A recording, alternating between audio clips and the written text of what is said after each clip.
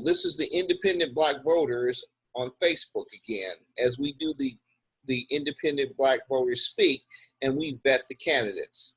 Coming into the primary, it is very important that we know who the candidates are, we know the departments they are running in, and that we vote. We must be educated voters. I continue to say the primaries are unique in the fact that you usually have more than two candidates. You have three on nonpartisan or more. But guess what? If that candidate of choice wins 50% plus one vote, there is no general election. That's a great opportunity, folks. If you really want to put the message out, then the key is to help some of these candidates win in the primary. So today I'm here with my main man, Mr. Jason Swan, part of the Black Book Media team. How you doing, Jason? Fantastic. Another day in paradise. How y'all doing? All right. All right. And we've got a candidate here. We have attorney Fikisha Miller. How are you, Fikisha? I'm doing great. I'm doing great. Thank you for having me. I appreciate it. Great. Tell everybody what department you're running in. Tell everybody what it entails in that department, and tell everybody a little bit about you. Who is Fikisha? Okay, so hello, everybody. I hope that you are safe and at home. My name is Fikisha Miller. I am a Chief Deputy Public Defender. I am running for District Court Judge in Department 19. A little bit about that department. That is a district court. That is one of the highest level courts we have here in the county. They oversee both civil and criminal matters.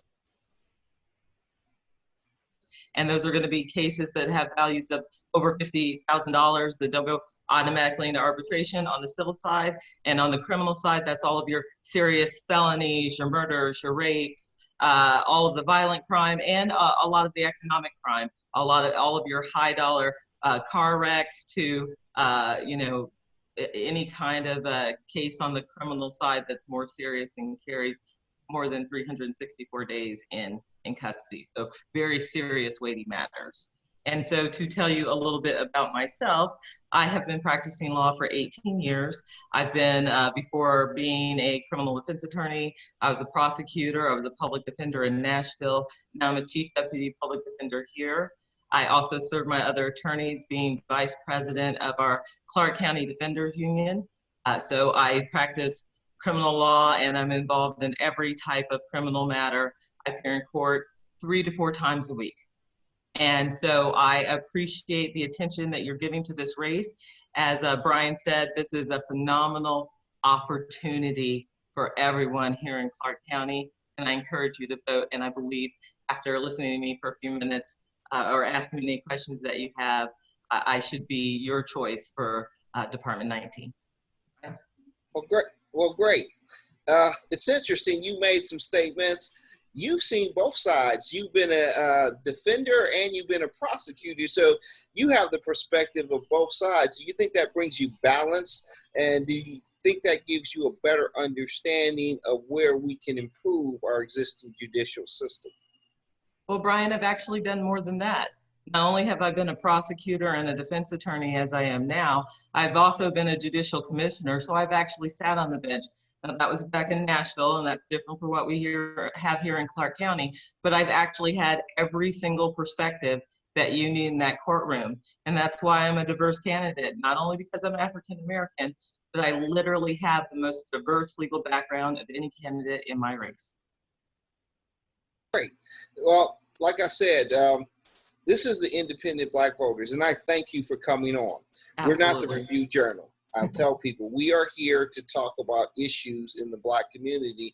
You know, one of the things I believe is if the tide rises in the Black community, it rises in every community. Obviously, and these are my opinions, I'm proud to see a lot of defenders that are running in this election for judges, because historically, prosecutors are running in the election. They run on a platform of law and order. And folks, platforms of law and order are not platforms of social justice. Platforms of law and order are not platforms of equal justice. We must have equal justice in our communities. there is room to grow. There are things that need to happen that will drive us back to the realities of innocent until proven guilty. They need to drive us back where we have to recognize there are biases in the system. If you are rich, if you are one color versus the other, this is not equal justice, in my opinion, at this time. But by bringing in people who have more of a diverse background and bringing in people who have a better understanding of what's going on and how to fix it will be the only way we get fixed. So I'm going to ask you, Fikisha, tell me in your eyes, you coming in, why you would be the best candidate. What are the things you should focus or you would focus on to improve our existing judicial system so that we can get back to equal justice for all? So I think the most critical thing that a judge does is to make sure that the courtroom time is used efficiently. It doesn't matter whether it's the criminal dockets or the civil dockets. There is so much business to do. There are so many cases that must be heard, and delay is inefficient. And only having 2 hours of court is inefficient. You have to make sure that everyone comes prepared, everybody knows what's going on, that the time of the court should be used diligently to process and give speedy justice to the people. I mean, justice delayed is justice denied. And so what you are seeing in the long periods of incarceration before trial, you're seeing in delays and for a lot of labor and workers and work comp decisions. I used to also run my own firm in that I did workers' compensation. And one of the hardest things to do is to know someone's injured, know someone they're going to have a remedy, and that you have to wait for weeks or months before those cases are docketed when everybody agrees on what should happen. Once there's an agreement and everybody is in line, that case should be docketed expeditiously and handled expeditiously, because every single case is the most important case to every single litigant in my courtroom.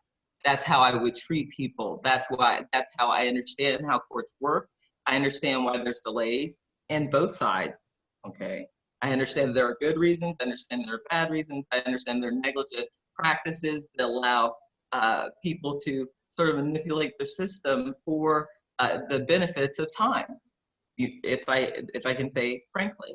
Now, that's not everyone. There are good lawyers, good clients, bad lawyers, bad clients. But the idea is that if you have someone who understands the system and how it works, you can do things that actually render more justice to the people. And so that is what my candidacy is about. Okay, great. Jason, do you have any questions? Sure. Fikisha, so tell me, what would be your strongest asset you would bring to the bench? It has to be my experience. Because I have such a diverse background, I also have practiced in multiple jurisdictions. I went to Howard for undergrad in DC. I started, even when I was in undergrad, working in ADR, that's alternative dispute resolution. So even before I was a lawyer, I understood that the way that people perceive justice really has to do with the day-to-day workings of it and the people who make that happen. Just personally, I would give a huge shout out right now to every lawyer in the criminal justice system who's still coming into court, who's still making appearances, who's still staying connected with their clients, because it's remarkably difficult right now. It also includes the correctional workers who are trying to keep themselves safe and my clients safe. I mean, the machine is a machine. It involves a lot of people. So you have to know the nuances of that in order to be effective. And so that is what I want to offer, is someone who understands exactly how it works and exactly what people need and how to get us there. And that's I got one more question. So, what part of the system would you say that you want to influence change at? I would say, I would say that being the judge is the best way to implement just new ideas, right? I have a lot of respect for the Chief Judge, Linda Bell. She has tried to maintain order in chaos in unprecedented times. So there are very smart people trying to make very smart decisions that help us all. And my philosophy is that I'm a technocrat. So how I can be effective is by being in the space where these systematic decisions are made. I don't know if people realize this, but all of the judges have meetings about how the whole system flows. And so when you're looking at those district courts and you're looking at how they are making procedural decisions that affect all of Clark County, there are meetings between judges where those decisions are made. So I think having somebody with my perspective, I am just going to change the conversation. Not only me, but as you said, this is a very, very, very diverse primary that we have up. There's a lot of opportunity.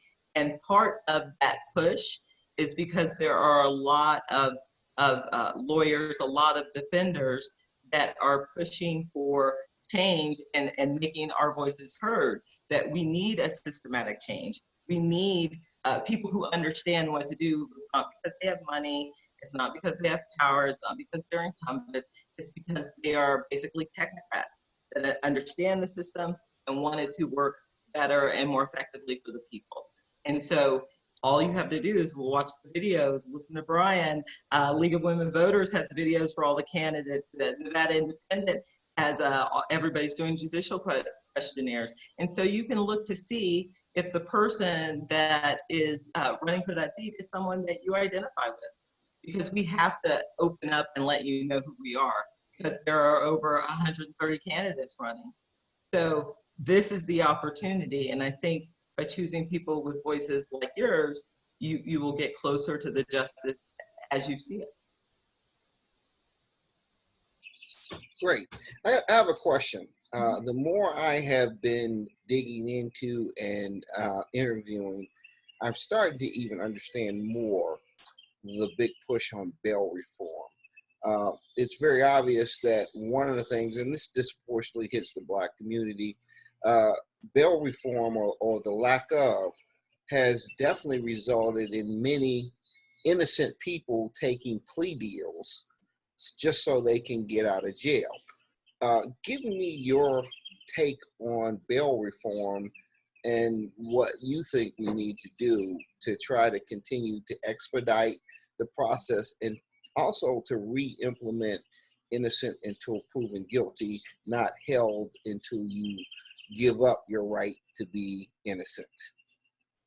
Okay, well, on that thought, let me give you some excellent news, some amazing news that everybody should know, and I want the community to know. The Public Defender's Office has been litigating bail reform for extraordinarily hard for the last 2 years. And finally, we got a ruling from the Supreme Court this month that has, in my legal opinion and the legal opinion of my peers, changed the game in the name of bail. So just a brief sort of overview, bail is fully determined by the judge. Let me repeat, bail is fully determined by the judge. So if you want to have someone who will always require cash bail, now there is we believe, a new standard that applies to all the cases up for the findings, but the person who makes the decision is the person sitting in the seat.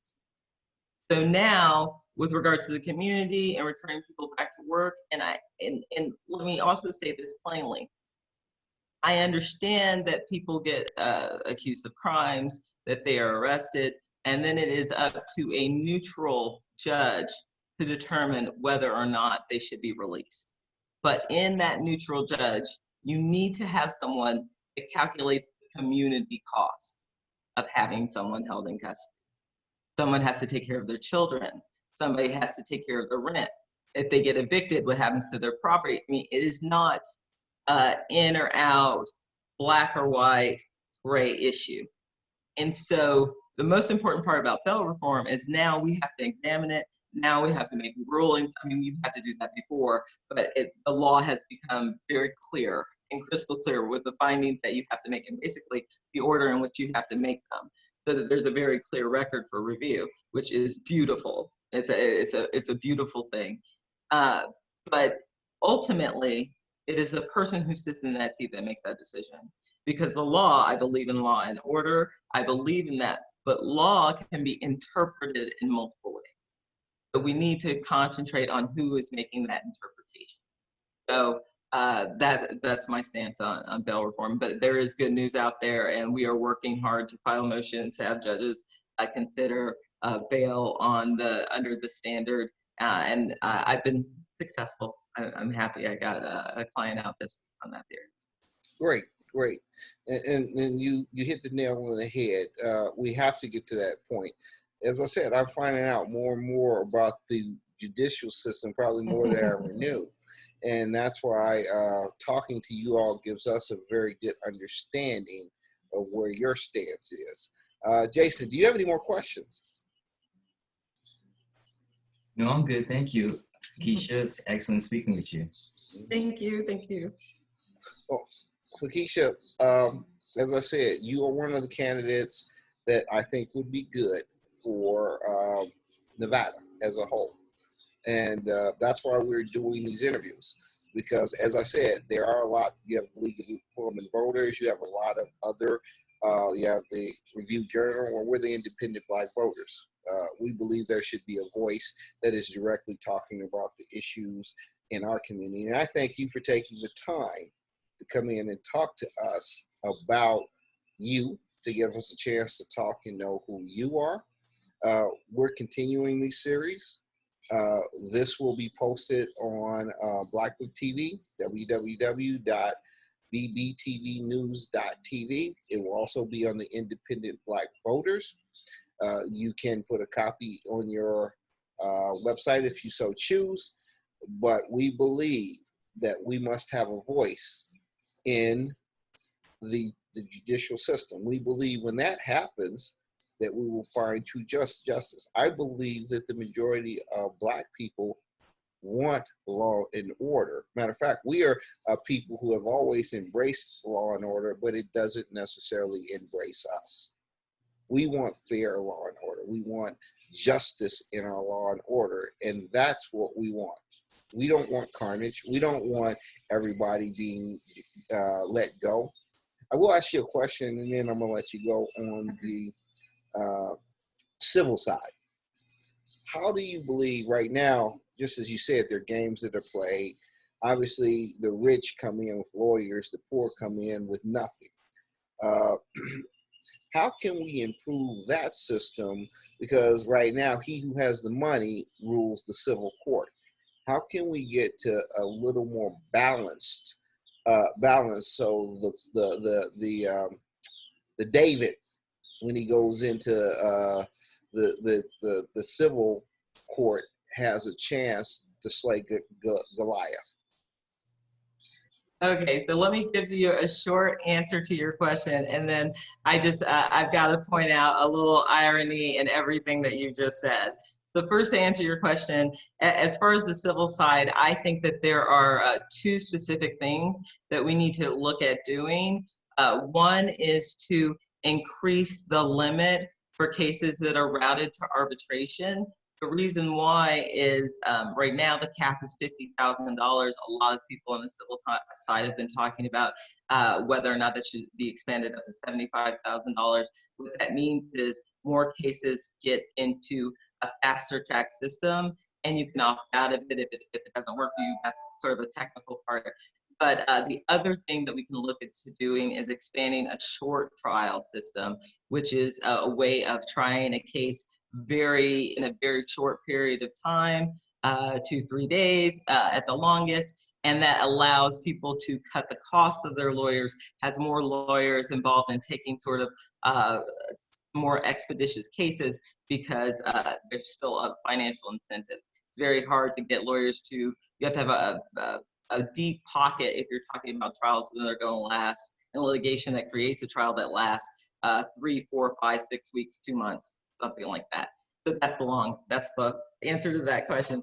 But what I thought about that was very ironic is that all of the feelings that you've been talking, that you have about the justice system, I just wanted you to take a second to look at my background. And what you see is my name, Fikisha Miller, Department 19. But it also has, the reason why I created this logo is because that's exactly what I feel about justice. It is both the sword, that's a sword in the middle of my head, and a shield, right? That it can be used offensively, it can be used defensively, but most important, you can see it has to have balance. And that's what my candidacy represents. And that's why my message, I'm trying to make my message as clear as possible. As you know, I don't have the most money in the race. I think I have the most background, the best background in the race. But I really hope that this time that you take this opportunity to learn more about me. You can join me at www.itistimeformiller.com, because it is time for the type of judge that I will be in Department 19. And I really do appreciate this opportunity to talk to you, to answer your questions. Once again, everybody can reach out to me on my website or on Facebook. Please hit me up. I'm happy to answer questions, and really stay safe out there. Thank you again. Thank you. You took it home before I said take it home. You're good. Like I said, Fikisha, we appreciate you taking the time, because I know everybody's tugging at you right now. But I think the people will find out. The independent black voters will speak. We will speak, and we expect the community to come out and vote for the right people. I will say this in closing. It's not about the messenger, it's about the message. If you have a better way to get information to our community, we want to hear about it. It's not about just voting for people who look like us. It's about voting for all the people who support our values and beliefs. That's how we win, folks. When we are educated voters, when we come out and vote, when we hold people to the standards of fair and equitable justice, we all win. So we thank you again, Fikisha, for coming out and letting us vet you. We wish you much success in your race. This is the Independent Black Voters Speak. Thank you very much. Thank you, my man, Jason. Always, always, always. Thank you, Jason. We'll see you later. Thank you again, Brian. Fikisha. Thanks. Bye. Bye.